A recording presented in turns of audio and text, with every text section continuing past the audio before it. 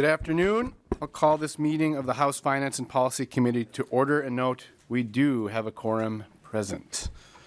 Representative Johnson, have you had a chance to review the minutes for March 5th? Chair Howard, I have, and I move to approve the minutes. All those in favor of the minutes, say aye. Aye. The minutes are approved. We have 3 bills up today. The first bill is House File 685, Representative Agbaje. Would you like to move your bill, Representative Agbaje? Yes, Mr. Chair, I'd like to move the bill as well as the DE3 amendment. Representative Agbaje moves the House File 685 be re-referred to the Judiciary, Finance, and Civil Law Committee, and she moves the DE3 amendment. We'll just adopt the DE and have you present the bill. All those in favor of the DE3 say aye. Aye. Opposed? The DE3 is adopted. Representative Agbaje, to your bill. Thank you. Glad to be back again to discuss House File 685 with the updated changes now in the DE3 amendment that is now adopted. So last year we heard how the bill is a start at addressing the trend of corporate and investor-owned housing in our housing market. The bill, as amended through the DE3, would limit corporate entities from buying single-family homes for the sole purpose of turning them into rental properties. There are some exceptions to the limitations. Corporations that own less than 10 properties would be exempt from the provisions in this bill. Additional entities like nonprofits, trusts, and builders are exempt from the provisions in this bill. And the remedy at this time that we're looking at is that a corporation would need to divest from its excess holdings, and for properties that have tenants, those tenants would have the first right to purchase the property.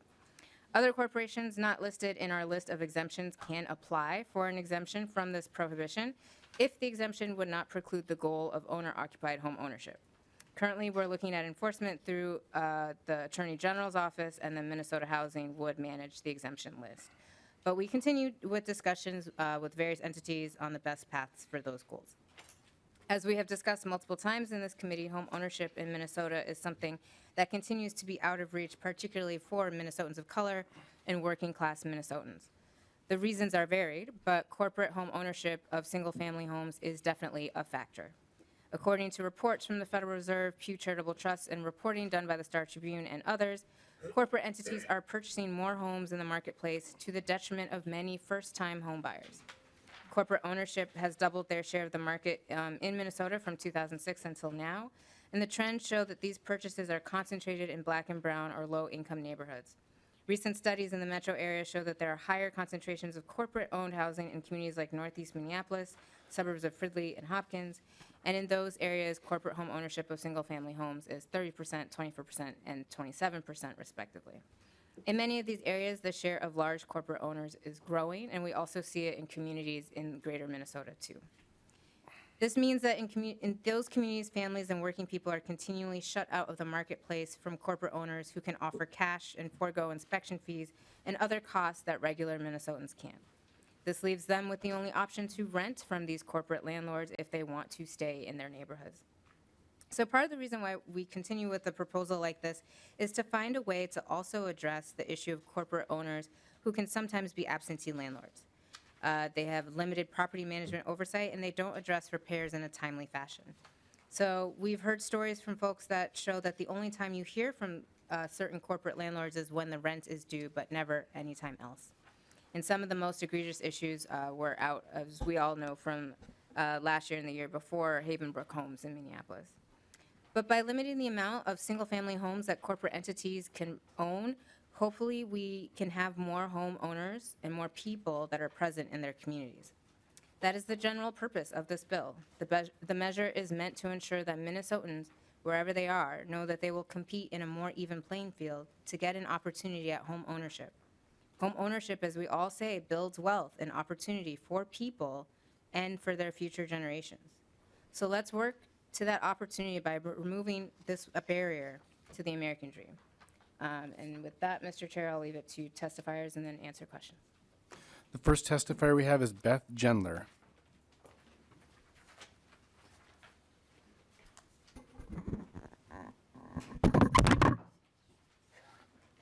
Not the only one who's done that now. Welcome to the committee. Thank you, Chair Howard, members of the committee. My name is Beth Gendler. I'm the Executive Director of Jewish Community Action. We organize the Minnesota Jewish community as part of state and local coalitions addressing racial and economic justice in Minnesota.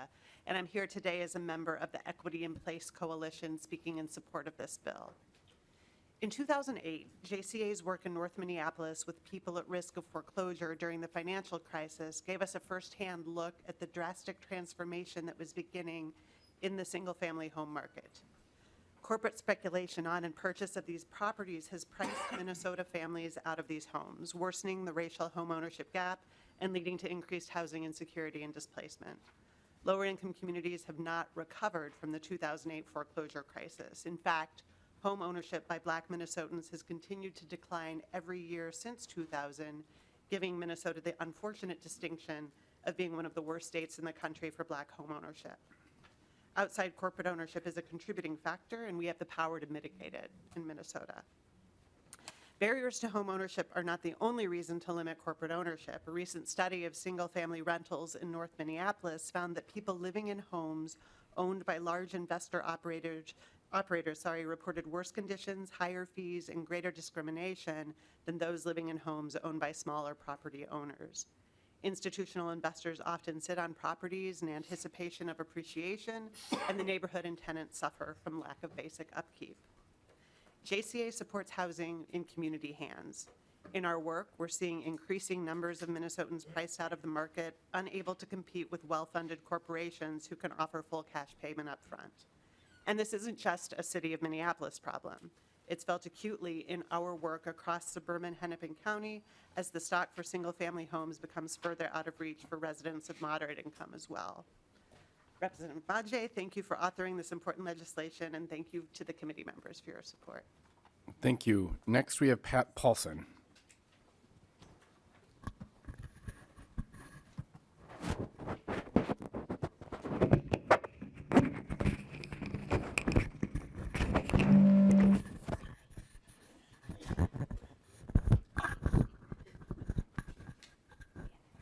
Welcome to the committee. Chair Howard, committee members, thank you for the opportunity to speak on HF 685.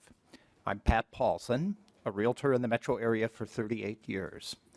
I'm also the 2024 treasurer of the Minnesota Realtors, which has a membership of over 21,000 real estate professionals statewide, active in all aspects of the real estate transaction. While we appreciate efforts that attempt to support home ownership, we have significant concerns with HF 685 and its use of market restrictions. A well-functioning market provides consumers with choices.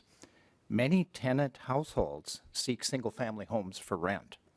Restricting investor ownership of single-family homes will result in less options for tenants, confining many to large apartment buildings.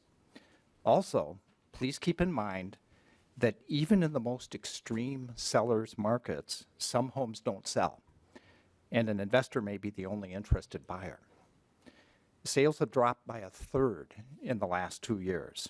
If this bill passes and then the market shifts completely, we may experience some of the same issues as we did in the aftermath of the 2008 housing crash. Not enough buyers, resulting in many single-family homes going through foreclosure, sitting vacant, and falling into disrepair. We've heard concerns raised about large institutional investors. However, the ownership threshold in this bill is 10 or more. That impacts small local investors. This bill also has a provision requiring corporate owners who own more than 10 rental properties to divest of the properties within 2 years. This is a clear violation of private property rights and would also displace existing tenants. Minnesota has the third highest home ownership rate in the nation. We think building on that strong base by focusing on strategies that will create more housing generally and more types of housing through legislation like the Missing Middle Housing Bill, or perhaps creating a reduced tax rate on capital gains for investor owners who sell to a first-time home buyer, are better options than creating market restrictions. Again, thank you for the opportunity to testify on HF 685. We look forward to continuing to work with Representative Agbaje regarding our concerns. Thank you. Thank you. Next, we have Tammy Ogunrinde.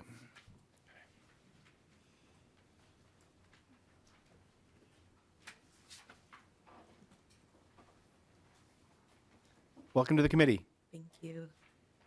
Good afternoon. My name is Tammy Ogunrinde, and I'm the Equity and Engagement Director at Urban Homeworks. Chair Howard, members of the committee, thank you for the opportunity to testify regarding House File 685. Thank you, Representative Agbaje, for moving this bill forward and allowing me to testify on behalf of Urban Homeworks, our residents, and larger community. Urban Homeworks provides affordable housing and homeownership opportunities in Minneapolis and St. Paul. Because of the work we do, we know the importance of this bill passing. We supported it last year and still support the passing of House File 685. I want to highlight a 2023 Federal Reserve report that showed just 4 entities own over 100 single-family homes in Minnesota. Bridgman Investment Group owns 214 and is based in Salt Lake City. Progress Residential owns 602 and is based in Scottsdale. Invitation Homes owns 1,040 and is based in Dallas. Home Partners of America owns 1,152 and is based in Chicago. We've allowed out-of-state entities to extract wealth from hardworking Minnesotans. We have allowed 4 corporations to price out over 3,000 homes from Minnesotans looking to achieve their dream of home ownership. I only named 4 entities. We know that there are hundreds of other investors who own many homes throughout the state, pricing out potential homeowners. If we are to be a state that truly puts Minnesota first, then we should support a bill that prevents out-of-state entities and corporations from buying our homes at the expense of our neighbors, families, friends, and all who call Minnesota home. These practices are deeply inequitable. There's a negative disparate impact that investor ownership is having on communities such as North Minneapolis, where investor ownership is occurring at over 20%. Not only does this prevent many BIPOC families from building wealth through home ownership, but this extracts income from hardworking Minnesota families and puts it into the pockets of corporations who don't reside in these communities or even the state. These entities aren't looking to better community or impact neighbors for good. They are simply seeking to grow profits and expand their portfolios. House File 685 would give Minnesotans the fighting chance they deserve to purchase a home. This bill doesn't outright eliminate the ability to purchase single-family homes. It just limits the amount they could own. Investors are still able to have 10 single-family homes in their portfolio while also adding triplexes, duplexes, and other forms of real estate into their portfolio. This bill doesn't prevent them from building their wealth, but it does create barriers for that wealth to be attained through single-family homes, widening the path for Minnesotans to achieve their dream of home ownership. Lastly, House File 685 is part of a holistic plan to dismantle the systems of old that have for so long kept Minnesota families, specifically BIPOC families, on the sidelines of home ownership. This bill, in partnership with Agbaje's down payment assistance, the Urban Homeworks direct appropriation, and other bills working to increase supply, this gives us a true fighting chance to bring housing justice and equitable access to communities throughout Minnesota. Thank you. Thank you. Is there anyone else here that would like to testify? If not, we can go to member discussion. Member discussion. Representative Nash. Thank you, Mr. Chair. And first, let me say to the author, thanks for some of the changes you've made. We have talked about it, and you know that I'm still opposed to this. And there's a number of questions that I have. I did watch your press conference over lunch, and I heard you quote a study by the Fed, and the Fed has an online tool that they showed us detailing some of the numbers.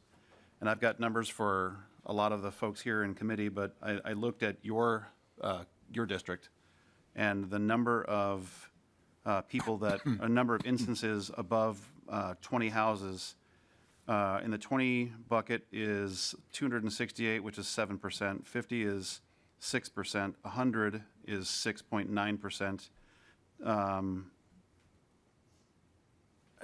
I think I heard a much different number from the press conference, that it was upwards of 50%. And maybe I didn't hear you properly in the press conference, but the numbers based on the Fed that would have, double use of the word Fed, that would have fueled the report are different. And I'm wondering if you could maybe help me understand that. Representative Agbaje. Thank you, Mr. Chair. Thank you, Representative Nash. I think a lot of the numbers that were talked about in the press conference today were also different metrics of the areas. So if you're looking at just my district, that is just one portion of Minneapolis. We talked about both Twin Cities, Minneapolis, and St. Paul. We also talked about the metro area. So I think depending on which area you're looking at, which geographic area you're looking at, the numbers might change. Representative Nash. Thank you, Mr. Chair. We also looked at Minneapolis in aggregate, and we stopped at those that were in the 50 home range. Minneapolis has the number of homes owned by one investor that is at 50 or above is still only 3.13%. St. Paul, 3.72%. Woodbury, 2%. Blaine, 1.57%. Richfield, 2.42%. And maybe you and I could sit in my office and run through the numbers, because I love data, and I think you do too. I'm still not seeing the numbers borne out, but I will move on to my next question, Mr. Chair. Go ahead, Representative Thank you, Nash. Mr. Chair. I'm all about process, Mr. Chair, always through the chair. I guess one of the sticking points, and I mentioned this last time when we did this last year, was the constitutionality of depriving somebody their Fifth Amendment rights relative to the right of property. And this seems to be directly in contravention to the Fifth Amendment. And I know nothing is unconstitutional until a court finds it, so I'm with you on that one. But it seems to me, even in a plain text reading of the Fifth Amendment, that I do have the right to property. And I don't know that anybody wants to say that, but I was particularly struck by the comment that one of your testifiers made that we would be dismantling systems of old, and I really hope that the Constitution is not one of the systems of old that we're trying to get rid of. But you and I have spoken, and I understand that there is a desire to preclude. I think that at one time Russian oligarchs were mentioned by somebody in a press conference or an article somewhere. Not you, but and I certainly understand the sentiment there. But going back to my reference of last year, you put together a group of investors, of which I might be one, and I now have to stop at 10, even though I might choose to make investments in different parts of the state, which in aggregate would push me over that number. And my argument is still that short of having, for lack of a better word, let's just call it an LLC or a corporation or whatever, a group of people who get together, some of those houses may never actually be buyable by anybody else, because that group of investors may be the only one that has sufficient capital to play it out over the long run. So a single family dwelling, and we've all seen, right, the Instagram, or we bought a dump and we've spent the next 9 years fixing it up. That's not the frequent refrain that I've been hearing. So I am concerned about that. I am also troubled by the due process aspect of how you intend to dispose of those over the number, because I do not believe that a letter from the attorneys general to require somebody to divest themselves is due process. So, and that is in your lines 3.21 through 3.33. And I'm wondering, as one of the lawyers on this, if you could talk about how that constitutes due process, because that not any definition that I know of it. But I'm not a lawyer. Representative Agbaje. Thank you, Mr. Chair. There's a lot to unpack there, Representative Nash. I do that a couple times a day. I don't really know where to start. Maybe we'll just start at kind of the philosophical disagreement I think that we have. You talk about the property rights of a corporation. I'm still on the property rights of an individual, of a family that wants to own property in this country. Where do they come in? If they're being shut out of the market with corporations who have thousands, hundreds of thousands of dollars, can buy up whole neighborhoods at one time, where are their property rights? I think that's just a question that I think we have to come up with to figure out how do we allow a more level playing field in this space. we did open space up for the mom and pop shop landlords. We don't want to preclude that from folks. And as one of the testifiers said, they can buy up to 10 single-family homes, but they're also capable of buying multifamily homes too, diversifying their portfolios, providing spaces for rent for multiple people who maybe aren't ready for home ownership. But for those who are, I've had multiple people come up to me or be in my email saying, this bill, the concept in this bill would help me so much to be able to buy a home because I was prevented from buying a home from a corporation. So I think that's just our philosophical disagreement about this bill, and what we're trying to do is to do right by Minnesotans who also want to activate their own property rights. So I guess under our Constitution, who weighs more? In terms of the due process aspect for divestment, I mean, this is an area that's still undergoing conversation and negotiation, so I take your comments about due process in good faith, and I think we'll go back and look to make sure that the structure there makes sense for when someone is found in violation. Representative Nash? Thank you, Mr. Chair. And just to clarify or crystallize the conversation, property rights are imbued only to those who own property. So the property rights of somebody who has yet to acquire property, I think we're going to have another semantical disagreement there, I would imagine. But I would also imagine that would be upheld by a court, that you don't have property rights until you acquire it. So those who are aspiring to acquire property don't yet have property rights. Would you agree with that? Representative Agbaje? Mr. Chair, Representative Nash, again, I think we're going to have a philosophical disagreement here. I mean, most likely legally, I mean, you probably don't have property rights to protect if you haven't owned property yet, but we're getting at the question of folks who want to own property. I mean, I would say you and I agree on home ownership, and that home ownership is something that people in America should want to strive for. But if they're not even being able to enter the market in some of these states, some of these cities, and in some of our own communities. So I guess if you're talking about property rights, if people are being prevented from even accessing that in the first place, I think that's a problem that we have. Representative Nash? Thank you, Mr. Chair. And I'll try to be brief. I'm not always successful at that. And I'm not trying to make this a debate round or a courtroom battle, although I love debate. Once again, a person doesn't have imbued to them property rights until they are actually the owner of said property. And I think I just want to make sure that we're not sort of confusing the notion of property rights, because I think any court would agree that you don't have property rights until you own property. Now, the aspirational qualities of owning property, I fully support. I think it's great that somebody wants to be able to do that. But once again, I have great problems, and I forgot to put into the record the article by Jerusalem Demses that I shared last year, talking about that this is not really as pernicious a problem as has been alleged. And the numbers we've shared have borne that out, and that's from the same data source that you and I were both speaking about today from the Fed.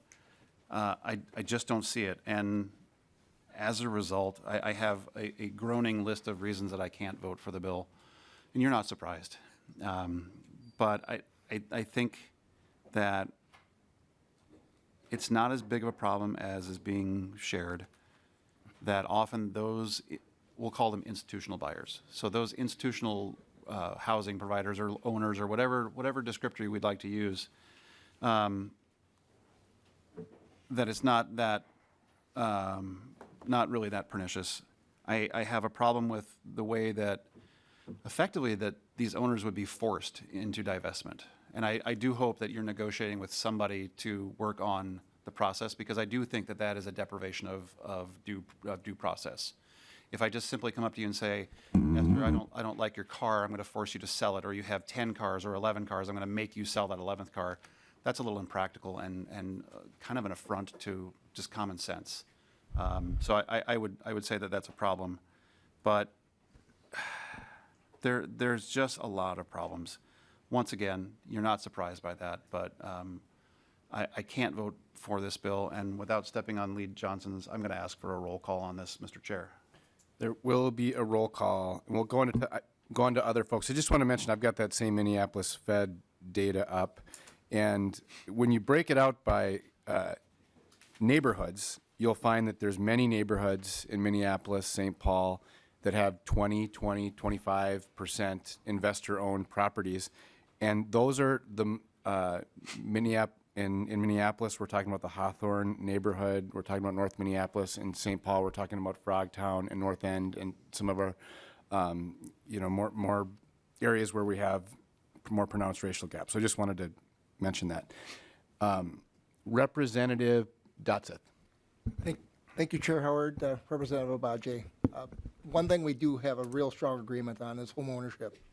I think you know that I see the value in ownership of homes, and the value of that building generational wealth is extremely important.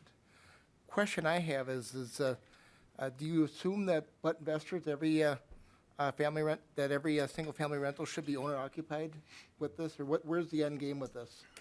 Representative Agbaje. Thank you, Mr. Chair. Thank you, Representative Dossett. No, we do have that carve out that corporations can still own up to 10 single-family homes, so not everywhere in the market would just be owner occupied. But ideally, I do think owner occupation is what we should be striving for, since that's what people want.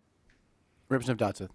What I have experienced, at least I've witnessed, is consumers like choices. And not every consumer may necessarily want to rent an apartment. There are some consumers that would prefer to rent a home. Would you not agree with that? Representative Agbaje. Thank you, Mr. Chair. Again, Representative Dotseth, we are still allowing a lower threshold where corporations can still own up to 10 single-family homes for rental, and there are a number of corporations and businesses and individual landlords who can afford to buy up to 10 properties, and they can rent those out. Representative Dotseth. Yeah, thank you, Representative Agbaje, Chair Howard. You bring up a good point. The 10 homes, how do we come up with the magical number of 10? Because I find that, at least my experience is I've witnessed a lot of families that try to, especially after the crash in, 2008, 2012, a lot of families diverted their investments into investing into housing. And with that, they've been building generational wealth for their family and for their kids and their grandkids. So it really appears that this may still be an attack on maybe I should rephrase it, not attack, but effect on a lot of the smaller mom-and-pop type of operations. Is there a reason you came up with the magic number 10? Can you explain that a little bit more to me, please? Representative Agbaje. Chair Howard, Representative Dotseth, again, 10 is the number where we're starting at. If there's a better number, we are in negotiations with folks who are working with us, also in negotiations with the Senate. But we realize that for a lot of smaller mom-and-pop shops, 10 properties is a pretty big portfolio to handle. So again, we are leaving space for those smaller landlords in this bill. Representative Dotseth. I do recall, thank you, Representative Agbaje. I'm just concerned about the displacement that this may potentially cause as some of these investors are diverted to actually being forced to sell some of their properties. And there may be a void, basically that missing middle that may actually affect a lot of these potential renters. And it may create a bigger challenge than, we may create a problem rather than solve a problem as we move forward here. Wouldn't you agree with that? Representative Agbaje. Chair Howard, Representative Dotseth. Yeah, the missing middle bill is definitely about advancing home ownership, I believe, and advancing choice in housing. Again, here, I think going back to your statements, we are still leaving a marketplace for smaller landlords. If that number needs to be increased, we can do that. If there are other, in terms of displacement, that is a conversation that we are having with folks. We want to make sure that whatever process we use to enact the remedy does not lead to further displacement. So that's still a conversation that we're having. If you have ideas, I welcome them. We want to make sure that we are building that in so that way we're not creating another problem. But we are quite aware of that, and we are working on language and ways to kind of make sure that we are preventing that from happening. Thank Representative Dotseth. Thank you, Chair Howard. Representative Agbaje. Can you just give me more clarity of the 10, the number 10? How did we come up with that number 10? Representative Agbaje. Chair Howard, Representative Dossett, the number 10 is just a starting point. Representative Dotseth.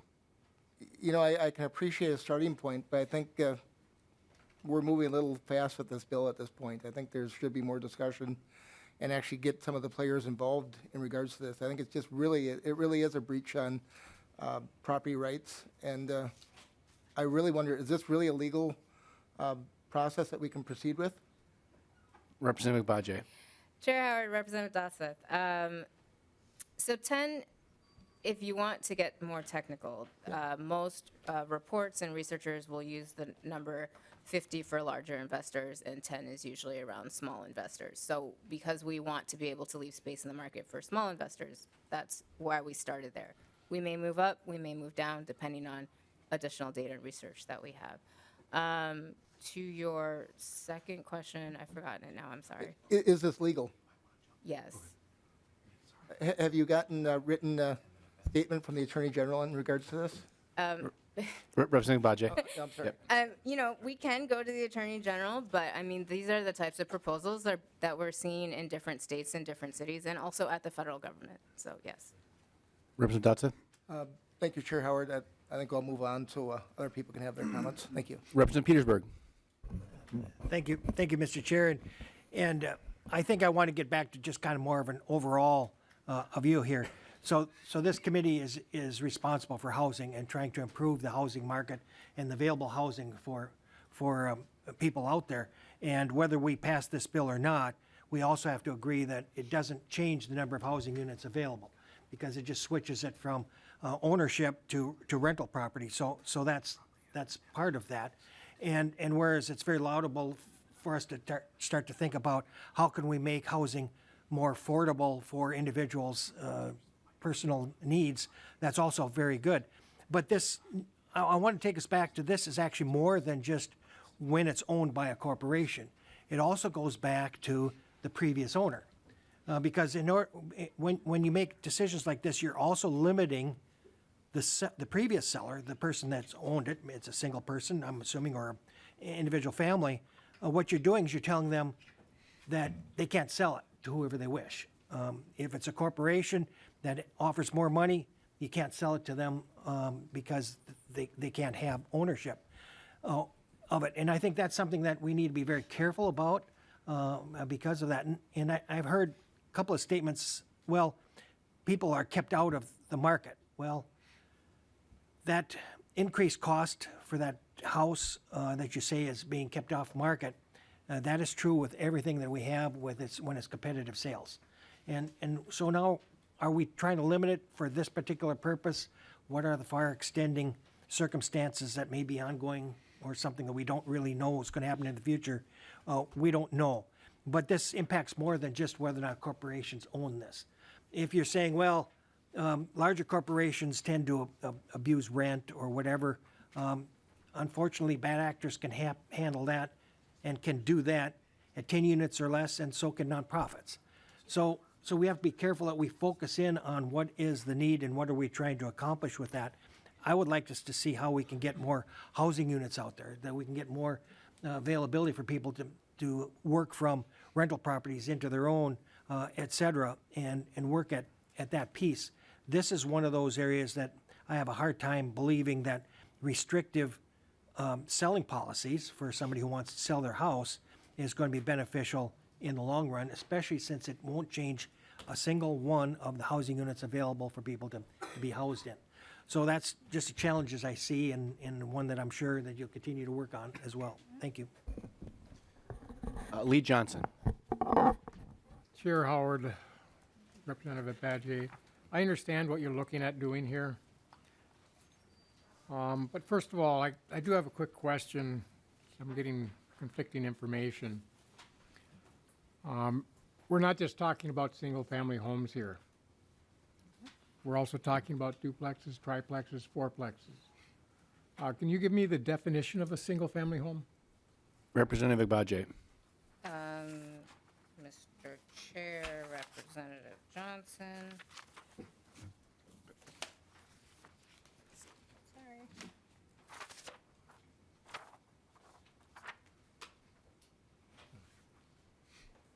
So we're using, and House Research can correct me if I'm wrong, but I believe we're using the definition of homestead for single-family homes.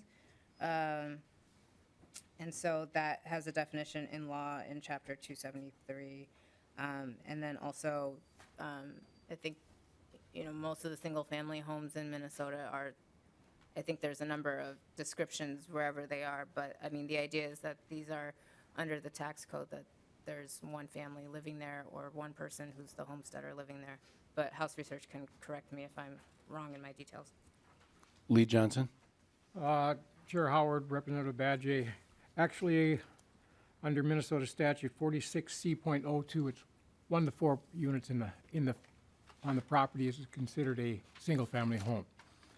So some of the numbers that you've been giving might probably include rental properties with a fourplex or a threeplex or a duplex. We're talking about individual family homes with 1 unit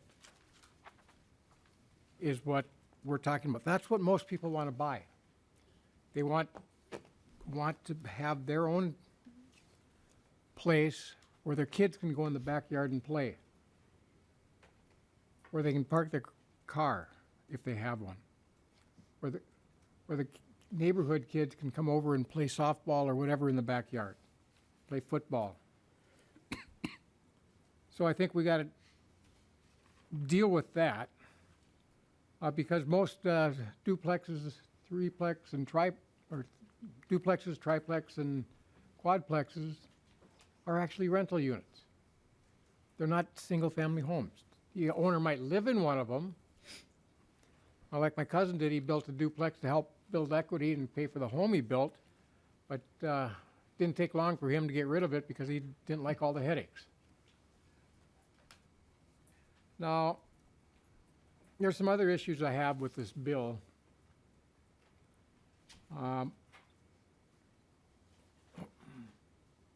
And I agree with you on that home ownership is the best outcome for every individual. Because that not only brings equity into there, it brings generational wealth. This bill is actually, I have a feeling it's going to do the opposite. Since, and there again, you might have a problem with it in your district.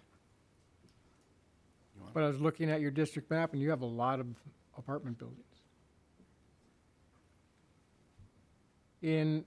So it's an issue that is impacting your district.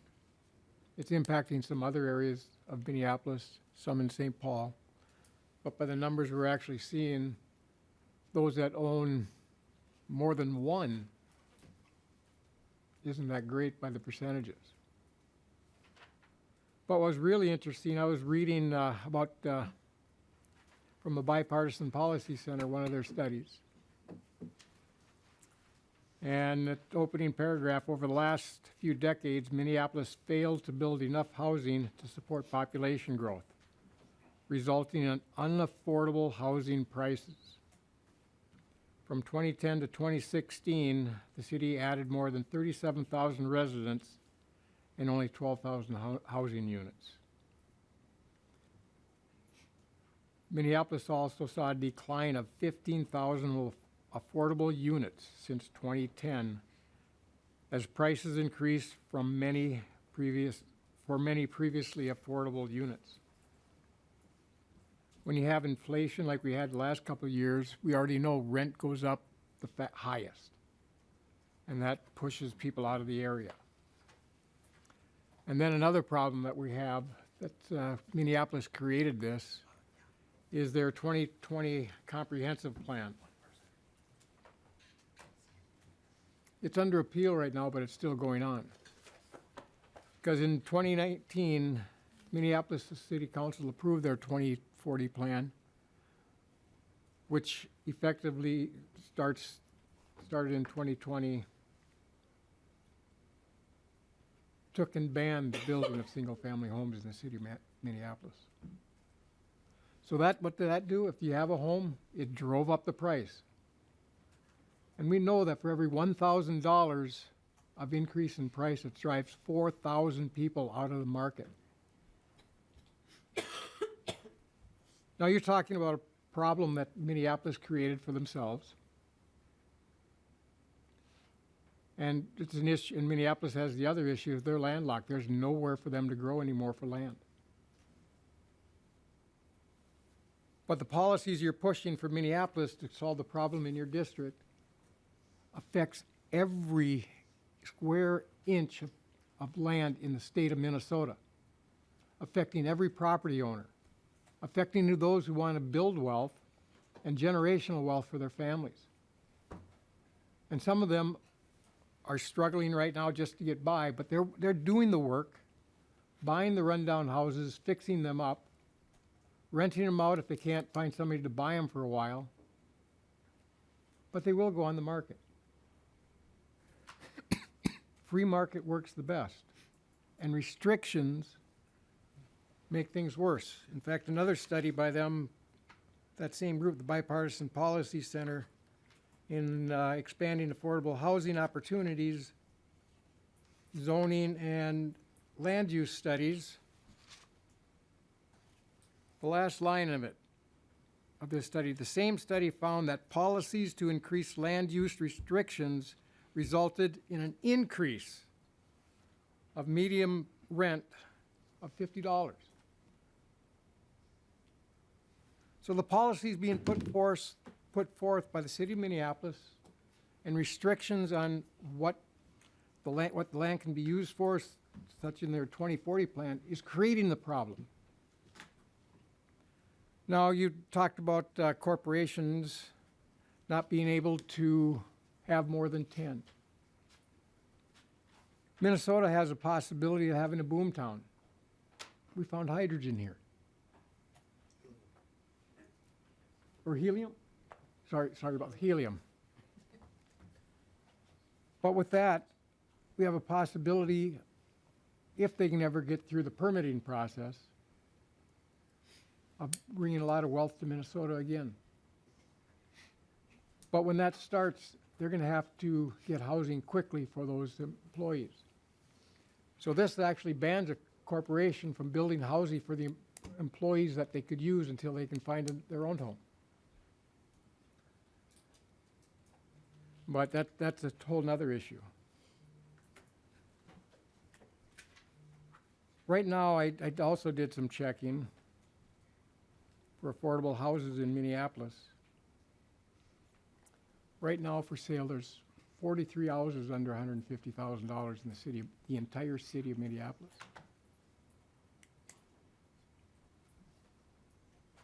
A bill like this is going to make the value of those homes go up dramatically, because there can be less people, or less people that can afford them, and they're either going to sit there and not be sold, go into foreclosure. Yeah, the prices will come down, but by the time they're sold, there's going to be so much work they're probably not usable. So I guess I would be careful how you do this. And I have a lot of trouble with these bills that affect a small portion of the state that affect every square inch of it. So with that, I cannot support this bill, and I'm glad Representative Nash actually requested the roll call, because there's a lot of problems with this bill that need to be looked at. And because, like I say, it affects the entire state, where a lot of the state doesn't have this issue, and a lot of the state where we need more rental units available, because we have workforce housing issues in a lot of areas of the state outside of the metro area. A couple other members did jump on the list. So I'll go to Representative Myers. Yeah, thank you, Chair. I can be fairly quick. Thank you, Representative Agbaje. To quote a fellow legislator, I think this bill is probably going to take a tool out of our toolbox, especially when we need that investment in the suburbs. I think everybody knows that, we have some housing challenges, and I do have a level of frustration. I just seem to hear bill over bill with a kind of top-down approach that's led to a lot of deficiencies. And, where I live, we need that financial investment. We need that so that they can rehab these homes. We need to see growth in our suburbs, and I'm afraid that this bill is going to lead to lack of investment and lack of housing there. Representative Perez Vega. Thank you, Mr. Chair, and thank you, to our wonderful vice chair of this committee for bringing this up. You know, I play Monopoly with my soon-to-be 5-year-old daughter, believe it or not, because we don't come from a generational wealth standpoint where houses are passed down and passed down. I come from a family that was the first time of home buying, and I'm a renter in a community where we're affected, whether it is Minneapolis or St. Paul or even going to our northern great city of Duluth. And I'm hearing from constituents in my district and outside that we need 685 to have an agenda of what home ownership looks like.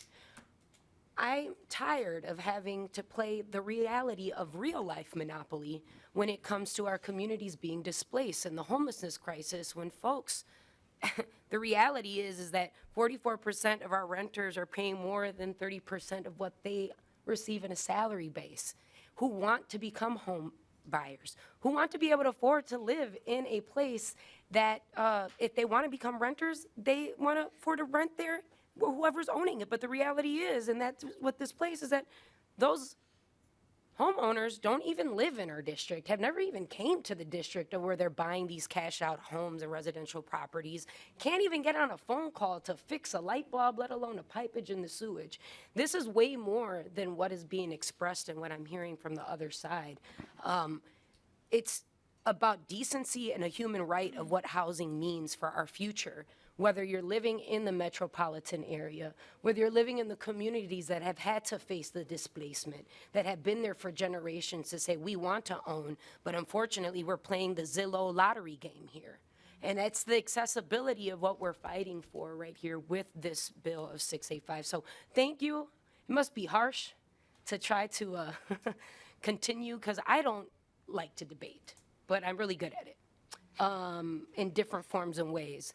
I'd like to find a conclusion of where we're going to go to see that there's justice for every Minnesotan to have a roof over their head. So thank you. Appreciate you. Representative Kozlowski. Thank you, Chair Howard. And thank you, Vice Chair Agbaje, for bringing this bill forward. This is one that, you know, when it came forward before and we were having conversations about what might this look like, reaching out to community in greater Minnesota and hearing that, you know, this more of a problem in the metro, though it is continuing to grow. I think a very clear-cut example of that in my own community is billionaire Kathy Cargill. You may have seen in the paper recently purchased up over 7 homes in a neighborhood that has continued to be hit with homes being converted into short-term rentals and luxury housing for the wealthy. And these 7 homes took off, not just bought, but demolished them for the price tag of $4.6 million on 14 parcels. And so when we talk about property rights and the rights of our public interest, what I'm hearing from our community, from young families who are concerned about how we're going to keep our kids in the school district, from workers and employers who are trying to make sure that we have good paying jobs and that people can live in their communities, and from seniors on fixed income who are saying, is this premium price raising the bar and the benchmark on what that's going to do to our property taxes? And we've worked so hard in this committee and others to make sure that we're getting that relief so that people can stay in their homes. And so this is something that is on the horizon, and I think right now what we've seen in the data that you know, more needs to be done to really analyze and look at beyond the metro.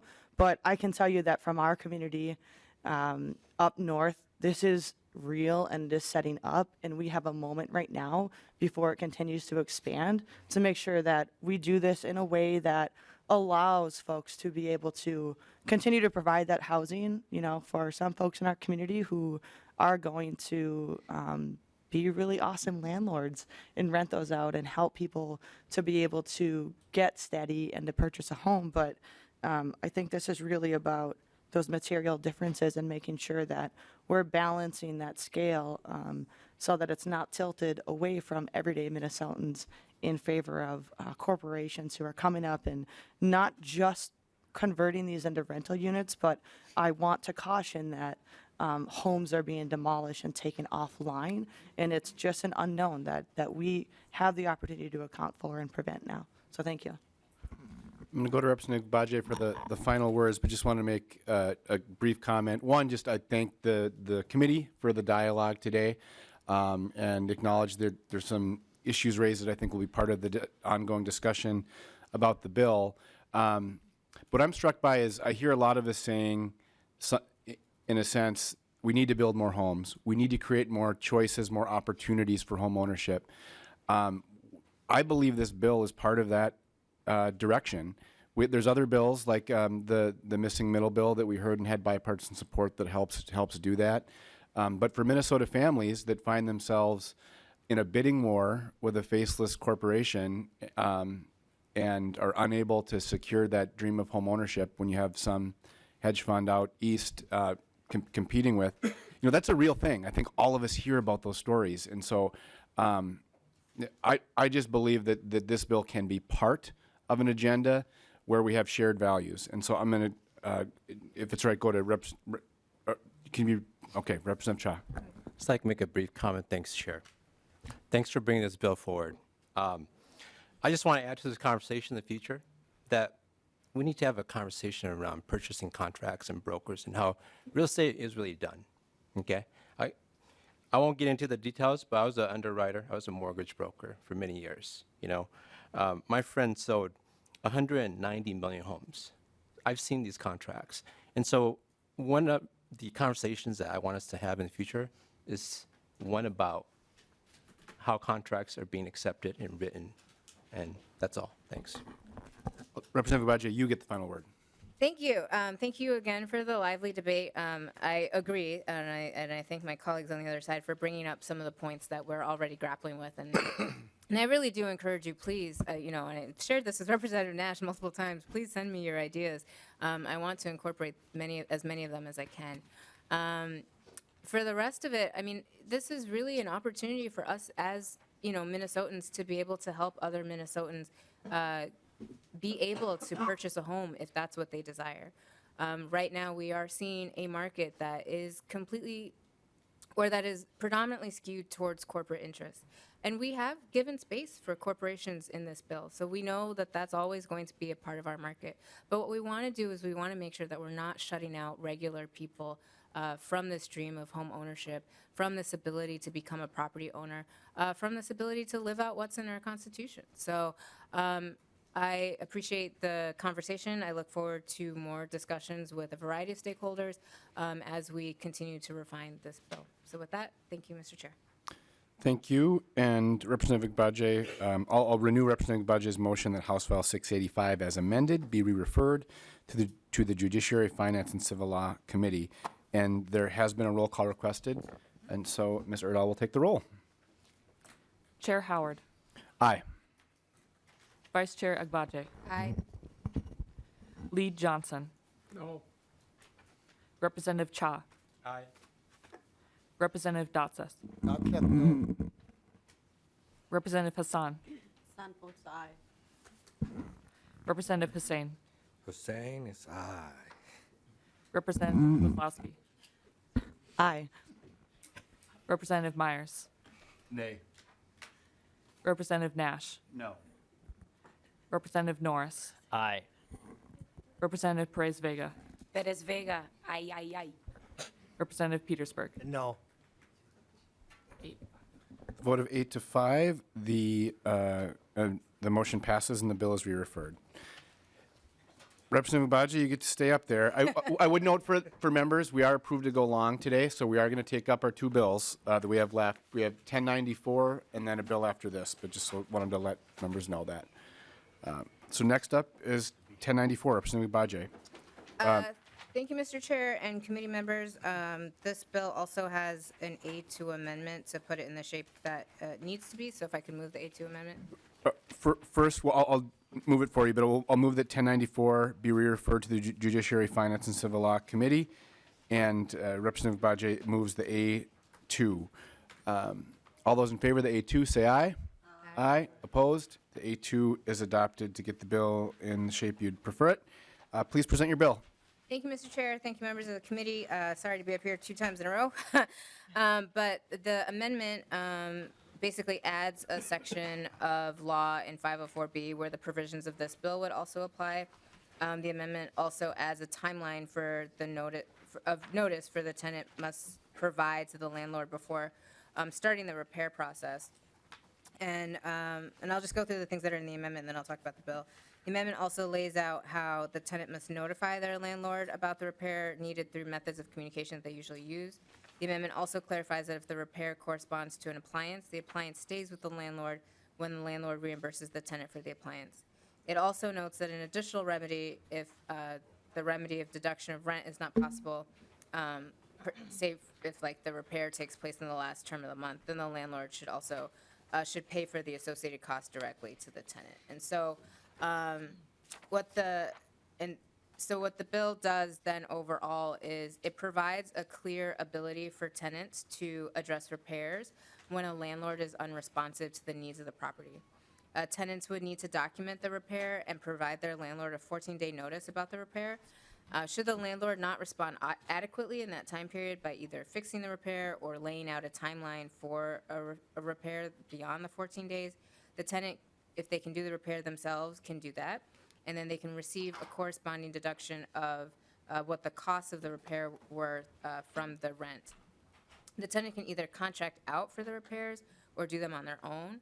If the repair is needed to be bid out, the tenant will need to provide bid information to the landlord at least 24 hours before repairs commence. Once the repairs are complete, the tenant would then provide receipts to the landlord for the proper deduction of rent or reimbursement if a deduction of rent is not possible. So we're bringing forward this bill because it's necessary to ensure that if a landlord is unresponsive or absent, a tenant does not need to wallow in that unit that needs a repair. And so this is helpful to tenants, especially those living in units that the repairs can be done on their own. For example, lawn care, porch or deck repairs, window repairs, or change of a non-working appliance.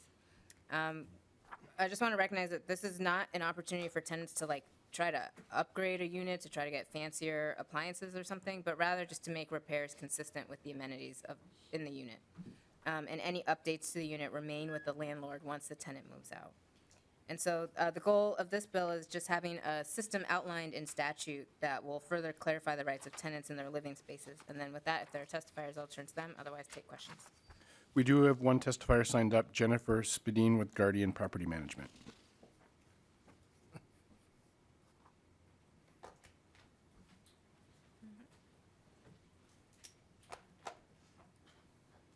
Welcome to the committee. Thank you. Mr. Chair, member of the committee, my name is Jennifer Spadini. I am the owner-operator of Guardian Property Management. Today, I'm here to respectfully express Minnesota Multi-Housing Association's opposition to House File 1094. The bill looks to provide an alternate method for repair issues on a property. We believe this bill to be redundant and an unnecessary addition to state statute, as remedies for these already exist that are well-known and accessible.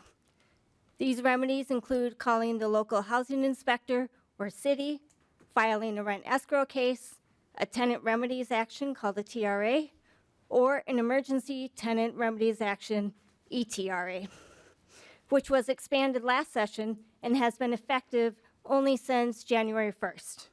Under the TRA or ETRA actions, the court can order the housing provider to make the repair, appoint an administrator, rent abatement, court order repair and deduct, and any other relief deemed just and proper. For background, my firm Guardian is a registered agent to be an administrator of actions of TRA or ETRAs in Minnesota. Our firm is responsible to the court that the repairs are done in an expedited manner, following proper remedies and proper notice to the residents under 504B. We are accountable to the courts that everything is repaired according to state maintenance code. Permits are pulled and permits are closed. We are accountable to provide financial reporting to the court as well. This proposal, as drafted, does not provide that the repair professional needs to be licensed, bonded, or insured. The proposal does not provide a remedy if the resident is non-compliant with the requirements of the statute, such as if they do not use a professional to perform the repair, they provide improper notice, or they create a new liability due to an improper repair. Additionally, it appears to allow a resident or their guest who creates that need for repair to use this provision. Thank you, Mr. Chair and members of the committee, for the opportunity to share our concern with this proposal. Thank you. We'll move on to member discussion. Representative Nash. Thank you, Mr. Chair. And the testifier may want to stay there. So I guess the question would first go to the author. Let's say this happens and someone arranges for a repair to be made. In the case that there might be a faulty repair made by somebody who apparently doesn't have to be licensed, who's accountable for damages? Who's accountable for finally subrogating the housing provider and making sure that everything gets set back to normal? Representative Agbaje. Thank you, Mr. Chair. Thank you, Representative Nash. That's a great question. I think right now it would probably fall under the lease provisions around what damages are, particularly if those damages are proven to be willful. If they're not proven to be willful, then whatever accidental damages, whatever is in the lease would be there. Representative Nash. Thank you, Mr. Chair. And we can take this offline, but the definition of willful might be something that a good lawyer could drive a truck through. You know, it would seem that if you hire somebody who's not qualified to make a repair, and they screw it up, that's my question, is who's going to pay for that to be brought back so that the property owner doesn't have to then have the repair done again, or that the property owner then isn't held accountable by the individual that screwed it up by hiring somebody not qualified, and then takes them to court for the damage to their where they live. So lots of shaky ground there, Representative. Maybe you can help me understand your intent, or maybe I'm missing something in the language. Representative Agbaje. Thank you, Mr. Chair, Representative Nash. So, again, the purpose is really to make sure that that you have a landlord that's unresponsive, and that's why we put in the 14-day notice process. But to the point of if you end up hiring someone that doesn't do a good job, I mean, again, you probably have to go back to the lease because that's what the courts would look at to figure out who would be responsible. And so I think depending on what the damages provisions are in the lease is what the courts would look at as to who is responsible and who would have to pay. And Mr. Chair, if I could direct that same question to the testifier. Ms. Bedini. So if the repairs are the responsibility of the property owner, so if they're done improperly, my guess is it would fall back on the property owner.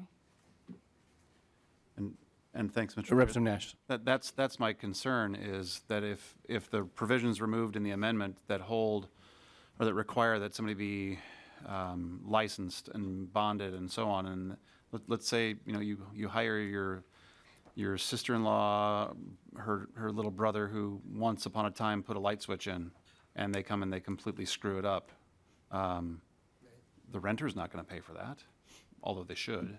So I mean that's my fear here, is that I understand that perhaps in an extreme case, I've never when my wife and I rented many years ago, we had a responsive housing provider that came and took care of things, but this seems to allow for the worst case scenario of somebody to come in and potentially screw up more than just one apartment. But if you're dealing with plumbing or electrical, you could have adverse impacts for everybody else in the entire complex.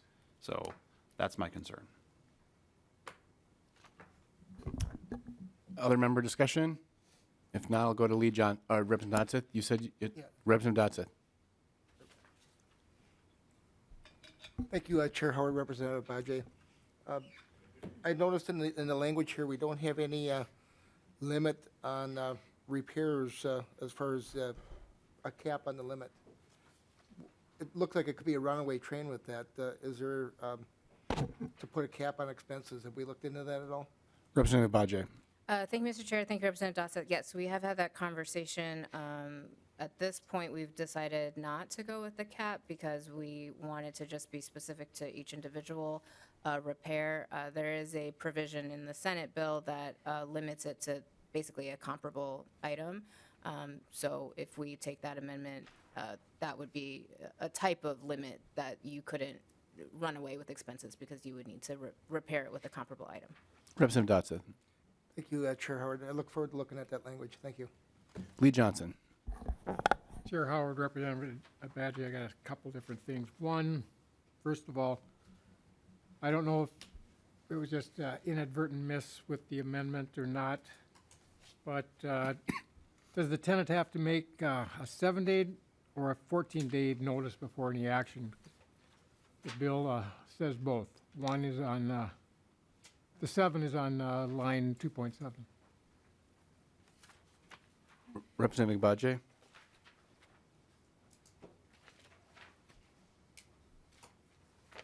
Chair Howard, Representative Johnson, could you point me to that line again? I'm sorry. Lee Johnson. 2.7, 2.7. towards the very end of the sentence. Oh, I see what you're saying. Yeah, I mean, we can go back and match them up. The 14-day notice period for the tenant is really that's the procedure that the tenant has to follow. So they give notice, they wait 14 days, and then the landlord should come back to them either with a plan of action or with a repair before moving forward with these processes laid out in the bill. But we can look to make sure that the 7 days in line 2.7 and the 14 days in the amendment correspond with each other. So we'll double check on that. So thank you. Lee Johnson. Chair Howard, Representative Badgie, I thank you. I think it needs to be the same for everybody. Then another question I have is, in the original bill, before the amendment was put on, it required the tenant to get 2 quotes. Now it does not. Is there a reason for that? Representative Agbaje. Thank you, Chair Howard. Thank you, Representative Johnson. Yes, we did also discuss that too. It was noted that sometimes tenants can have a hard time finding multiple bids from multiple contractors, so we wanted to reduce that barrier. Lee Johnson. Chair Howard, Representative Badgie. I suppose most people don't have phone books anymore, but they have the internet to look them up. So it's not that hard to do to make a phone call to have somebody get a quote. I do have some other issues with this bill. Representative Nash brought up the liability issue if somebody's doing the repair. There's times, I don't know if you've ever tried to get an electrician or a plumber at your house. Good luck. We are so short of them that they are hard to get a hold of. I can probably take more than 14 days to get an electrician to a house to do something. A plumber can be just as rough. So the vast majority of housing providers, they're going to want to get their stuff fixed as quickly as possible. This is going to could cause some issues down the road, because if there's no violations, but somebody wants something fixed to their standard, is that going to qualify? We don't know, but the way this bill is. So it's an issue that I have concerns on, and I think it's going to actually be detrimental to housing providers to the point where we might lose them. I'm not sure if that's the game plan or not, but I'm concerned because we are desperately short of housing in Minnesota. In the last bill, we saw that Minneapolis isn't even keeping close to pace with their population growth. And doing more regulations and things with the housing providers is only going to aspirate that problem and make it much, much worse. So with that, I'm going to request a roll call. There will be a roll call. Representative Agbaje, to the bill. Thank you, Mr. Chair, and thank you, committee members, again for your time. This is a bill that we've heard from tenants that sometimes understanding the clarity of the process is helpful, and that what we're doing is just outlining that in one spot in statute. So thank you, and I hope to earn the committee support to move this bill forward. Thank you. Ms. Erdahl, please take the roll. Chair Howard, Chair votes aye. Vice Chair Agbaje, Aye. Lead Johnson, No. Representative Cha, Aye. Representative Datsas, That's it, no. Representative Hassan, Aye. Representative Hussein, Representative Kozlowski, Aye. Representative Myers, Nay. Representative Nash, No. Representative Norris, Aye. Representative Perez Vega, Yes. Representative Petersburg. No. With an 8-5 vote, the bill as amended is approved and it's off to judiciary. Thank you, Representative Agbaje. Now we get to switch chairs here.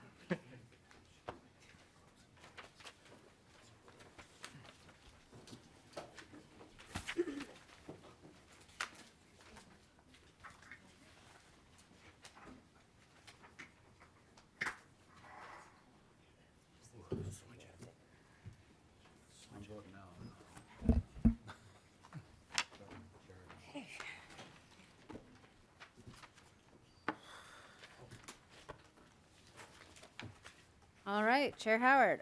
So it looks like the last bill on our agenda is House File 4556 from Chair Howard. Chair Howard, would you like to move your bill? Yes, please, I will move the bill. Chair Howard moves that House File 4556 be re-referred to the Health, Finance, and Policy Committee. Chair Howard, to your bill. Well, as we get set up, I want to do a little table setting, and then I'm going to first turn it over to my testifier. Last year, the legislature approved legislation creating a work group on expediting rental assistance. And the background for this is we heard from Minnesotans who experienced real differences in terms of how long it takes someone who's experiencing an emergency to attain rental assistance. And often that rental assistance wasn't getting delivered in the time to help a tenant sort of intervene before facing an eviction or facing homelessness even. And so what we sought to do is bring a group of stakeholders together from across different state agencies, counties, subject matter expertise, bringing in lived experience of folks to really dig into this issue to see how we can deliver what tools the state and others could have to meet this moment and deliver rental assistance on a more timely basis. And I think I'm going to hold my comments for now and turn it over to my testifier to talk a little bit about what that process, what that work group looked like to get us to the point of this bill and these recommendations here today. Thank you, Chair Howard. The first testifier on the list is Katie Hott. Welcome to the committee. Please state your name and proceed with your testimony. Thank you. Good afternoon, Chair Agbaje, Lead Johnson, and members of the committee. Thank you for this opportunity to provide an overview of the process for the Workgroup on Expediting Rental Assistance, or WERA. My name is Katie Hatt, and I'm a Senior Management Consultant at Management Analysis and Development, or MAD. MAD is the state of Minnesota's management consulting practice. We offer a wide range of services to public sector clients, including state agencies and local governments. MAD has conducted legislative studies for many state agencies, and the legislature sometimes also reaches out and asks us to conduct studies, or in the case of WERA, to facilitate task forces and work groups. The work group on expediting rental assistance was established, as Chair Howard just noted, during the 2023 legislative session. The legislature created the work group to study how to expedite both the processing of applications for rental assistance and emergency rental assistance, and also the distribution of rental assistance funds to rental property owners. The legislature directed the work group to identify what processes, procedures, and technological or personnel resources would be necessary to enable state or county agencies administering rental assistance to meet two goals related to timeliness, as seen on this slide. So the first being, within 2 weeks of receiving a completed application for rental assistance, make and issue a determination on the application. And the second being that within 30 days, starting from that same first day, so 30 days later, receiving a completed application for rental assistance, to issue payment on approved rental applications to property owners. There are 3 programs identified as in scope for the work group through the enabling legislation, and those are in the blue box on the right side of the slide. The Family Homelessness Prevention and Assistance Program, which is administered by Minnesota Housing, and Emergency Assistance and Emergency General Assistance, which are both at the Department of Human Services. The work group consisted of 16 people, including Minnesota Housing and DHS leadership, representatives from organizations who work with people seeking various kinds of assistance relating to housing, including Homeline, United Way, Salvation Army, Community Action Partnership, Community Mediation Minnesota, the Family Housing Fund, Minnesota Legal Aid, and the Minnesota Multi-Housing Association.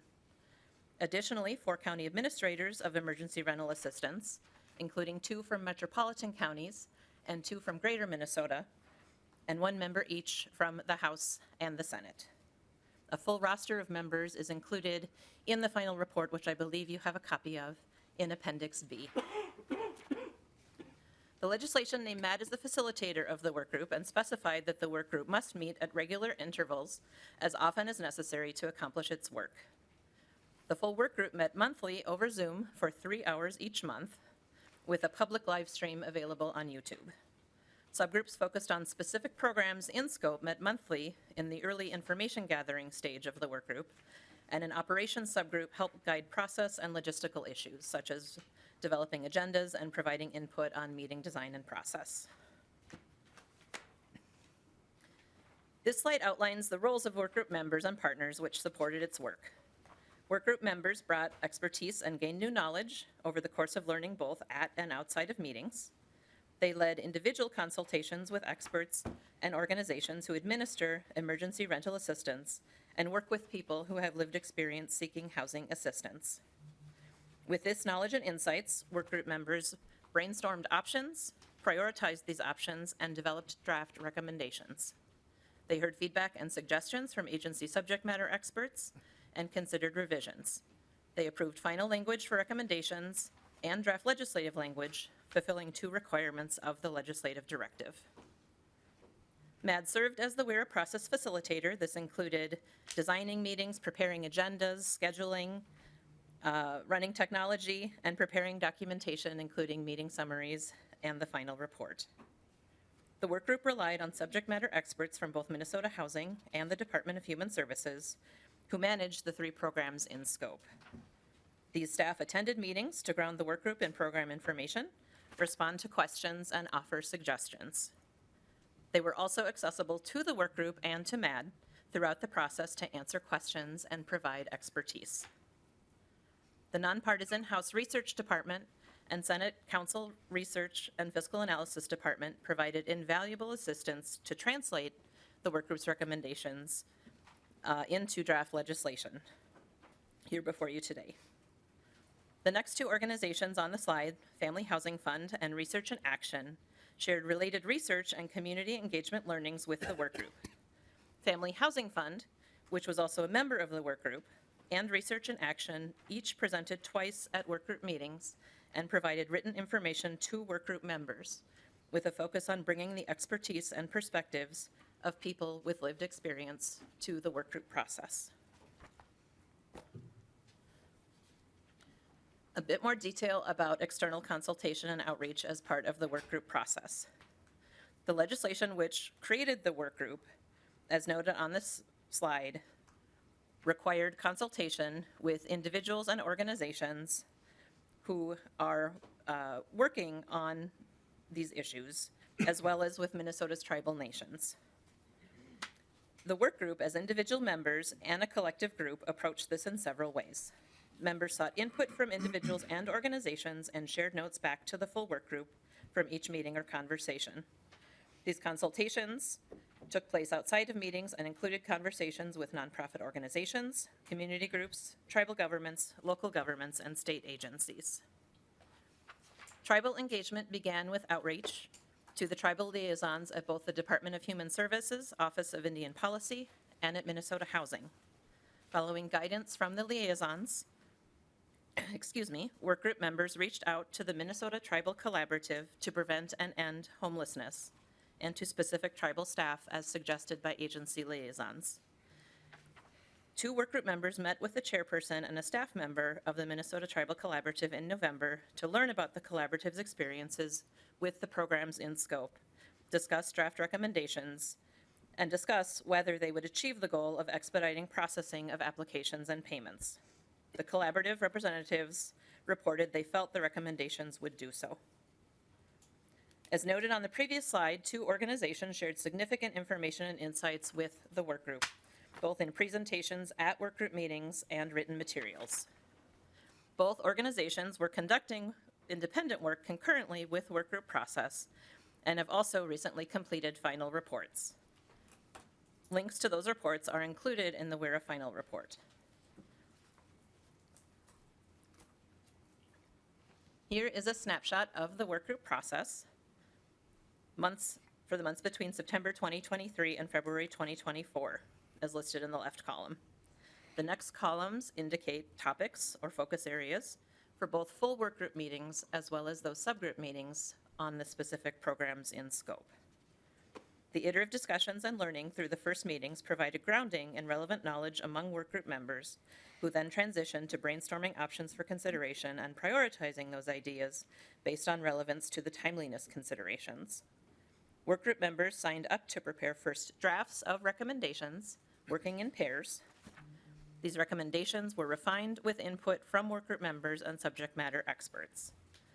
At the workgroup's January meeting, the workgroup finalized recommendations language, and the House and Senate staff began drafting legislative language, which was reviewed and approved by the workgroup in February. Throughout the process, the workgroup sought to make decisions through a consensus-based model. In final votes on both the draft recommendations and draft legislative language, there were no dissenting votes.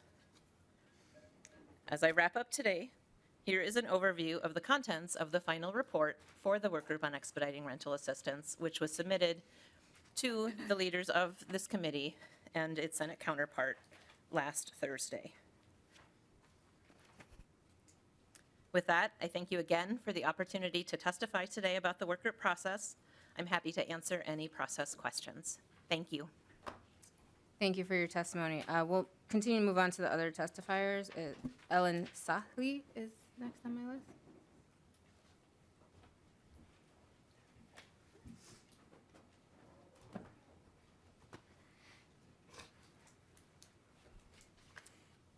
Welcome to the committee. Please state your name and proceed. Hi, I'm Ellen Sally. I'm president of the Family Housing Fund. Thanks for the opportunity to appear in front of you today. The Family Housing Fund is a nonprofit organization with a 44-year history of helping communities address their housing needs. We work in the metro area. And I'm here today to speak in favor of House File 4556. At the Family Housing Fund, we work collaboratively to address barriers to help Minnesotans achieve housing stability. And we have years of experience working with the emergency financial assistance system. Prior to the pandemic, we worked with the county court systems to align resources to help families facing eviction. During the pandemic, we distributed more than $38 million of federal emergency rental assistance in the metro area. And then drawing on these experiences, last year, the Family Housing Fund engaged stakeholders to join a process to reimagine the programs of EA, EGA, and FHPAP. And we refer to these 3 programs as our safety net. At the end of our robust community engagement, we issued 2 reports that speak to the experiences of emergency financial assistance administrators, renters, and property owners, and we also outlined recommendations for a reimagined system. And because of our work, I have a deep understanding of the complicated programs that families in crisis are forced to navigate, and a deep appreciation for the program administrators who balance the needs of many with limited resources. And I know that at the current funding levels and the intense demand for services, our emergency financial assistance system functions not as a safety net, but a lottery. The full report of the work group provides a roadmap for how we can build a system that ensures Minnesotans in financial crisis have a transparent and easy-to-navigate path for help, that it responds in the speed of the crisis, and that it is funded at the level that ensures it catches all who needs it. This requires funding to support administrative staff at the level needed to process timely applications. It requires investment in technology to help simplify the process for everyone, and it requires collaboration across systems, state agencies, and stakeholders. And this bill is the foundation for that reimagined system. The Family Housing Fund community engagement, we also came up with some recommendations that in many ways mirror the recommendations of the work group. And why is that important? For both of our recommendations, we have deep engagement from community stakeholders. And I might even say that that's really a mandate for change for our system. So I'm in strong support of the vision that was outlined in the work group, and I urge your vote in support of this bill. Thank you. Thank you for your testimony. And the last testifier I have on my list is Renee Rock.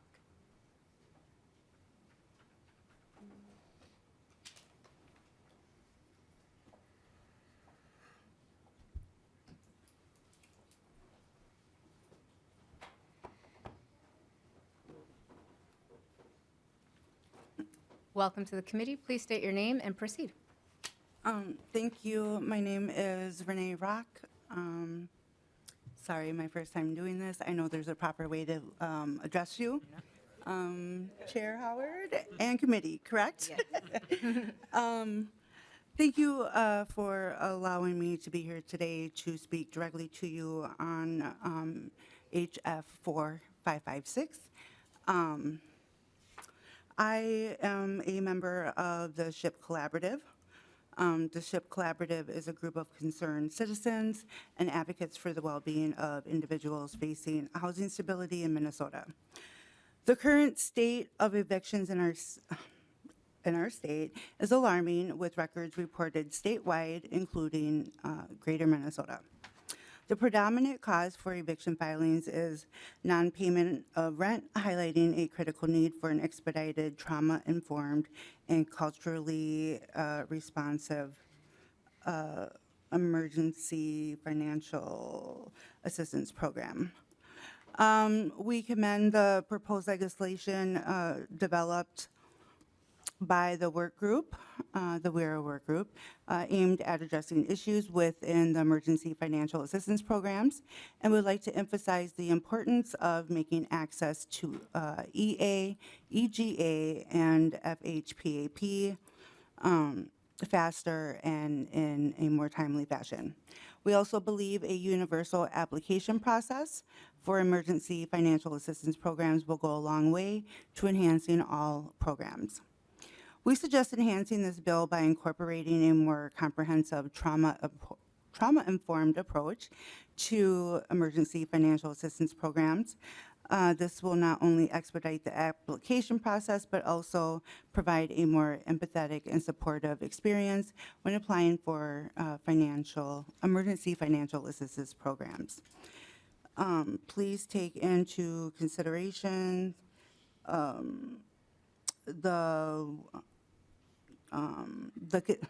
the additions to this bill. I'm trying to scroll down. So I apologize. This is not.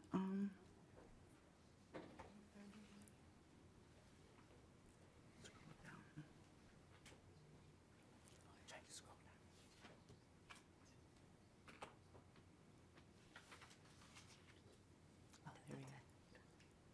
Okay. I apologize. My phone had died earlier and a letter was on there.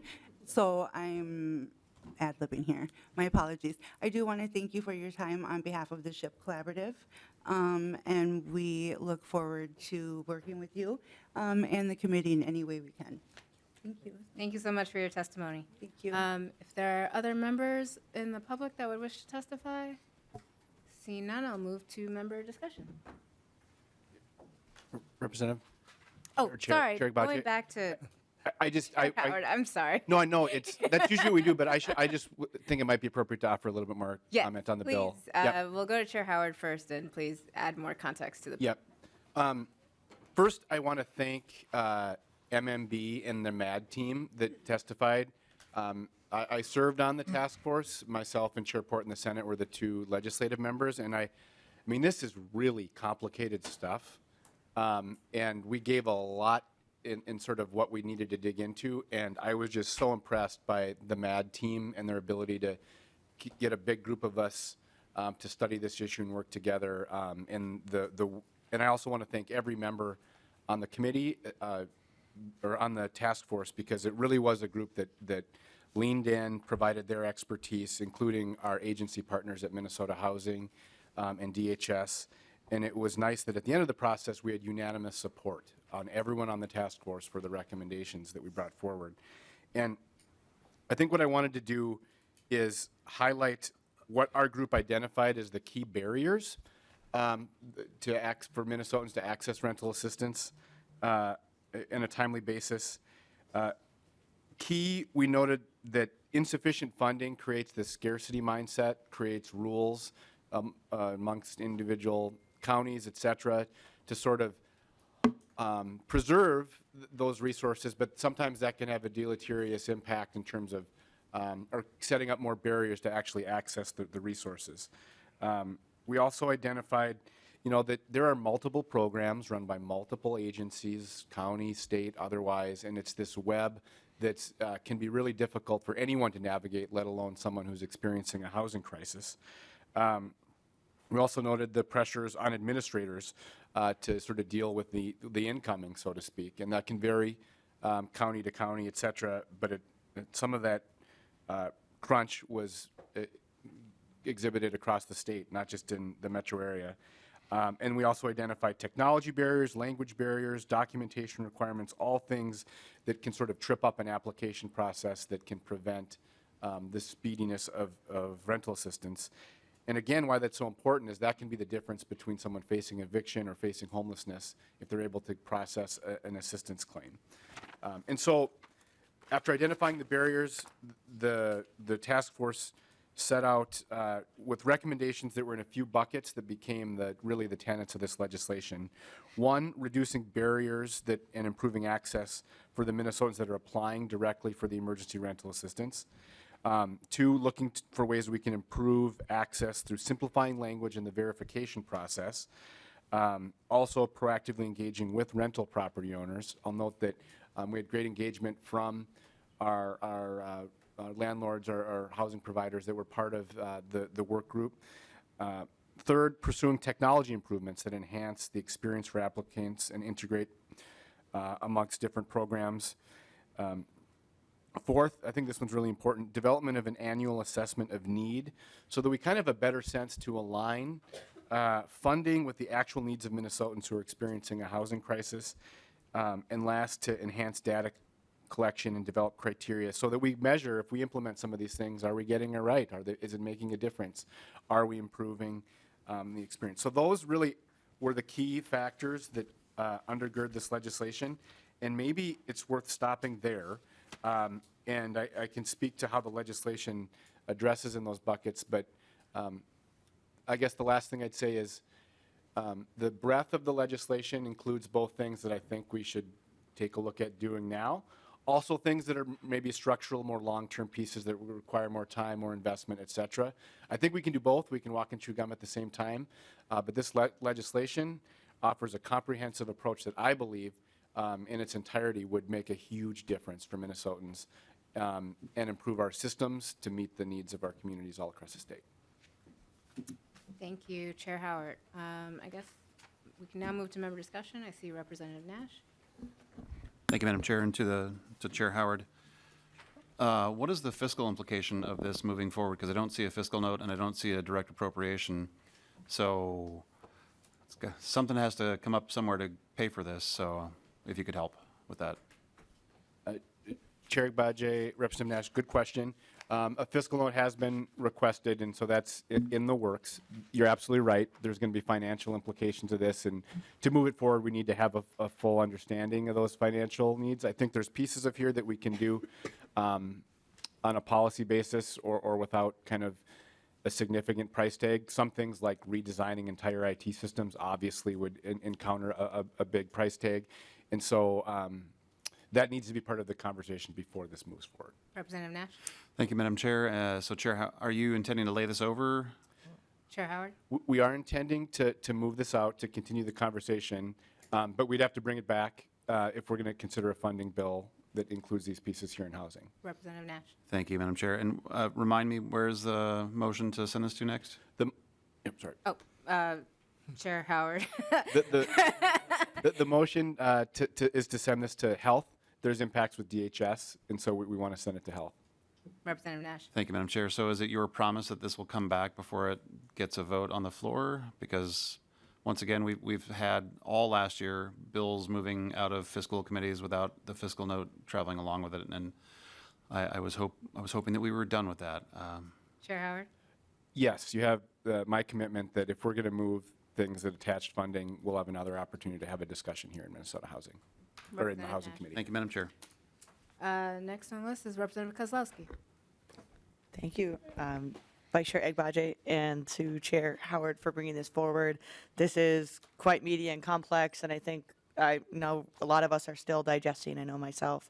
But I just wanted to thank our testifier, Roxanne, was it?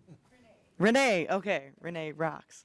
You rocked it. But I think what you brought into the conversation and looking at page 42, the people first and human centered, and obviously there's funding mechanisms and broader goals and feasibility and all these things that we need to work through, and we will do that and have more conversation and come together and tackle it. But I think that the people first and human centered, reducing barriers for applicants completing applications. I actually just received a letter from a group in Greater Minnesota called Streetwise, and they're all folks who have experienced being unstably housed or who are navigating this process now, and talking to community members who are actually managing these programs, who are telling us that it's the way that we approach it, right? It's that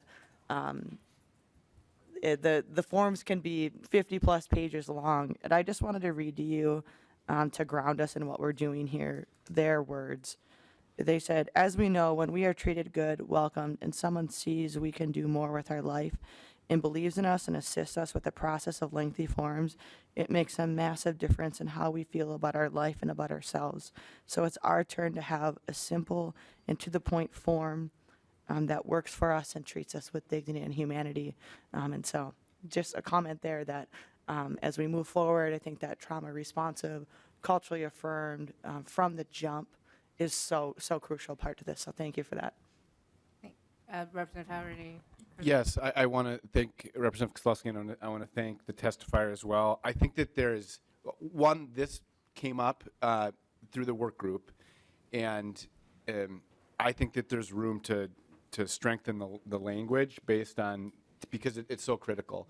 And we have staff folks all across the state that do amazing work to connect folks to assistance, but those folks are burdened by quite a bit of things. And it's really important that, again, that we sort of see this through the lens of somebody who's facing a housing crisis and what that feels like. And things like training for folks that are assisting folks. I think there's other ways to sort of make sure that we're paying attention, because this isn't just purely about let's try to get that assistance in a shorter amount of time. How we do it matters too, and so I just think that's really important. I think that our testifier, and look forward to working together on the language. Next on the list is Lee Johnson. Chair Agbaje, Chair Howard. I understand the concept of this, and Representative Nash brought up the issue I had was the fiscal note, because there is going to be costs to this, both in Health and Human Services. But I like the idea we actually get a fiscal note for the first time from the housing. Generally, they don't provide them; they're never asked for them. And talking with Commissioner Ho, she would mention that she wouldn't mind getting some of them so they have a better idea what's going to be happening in the future so they can plan. So it's something to think about, start requesting fiscal notes on housing bills. I understand there's some, not everywhere that there's an issue with delays in getting this stuff done.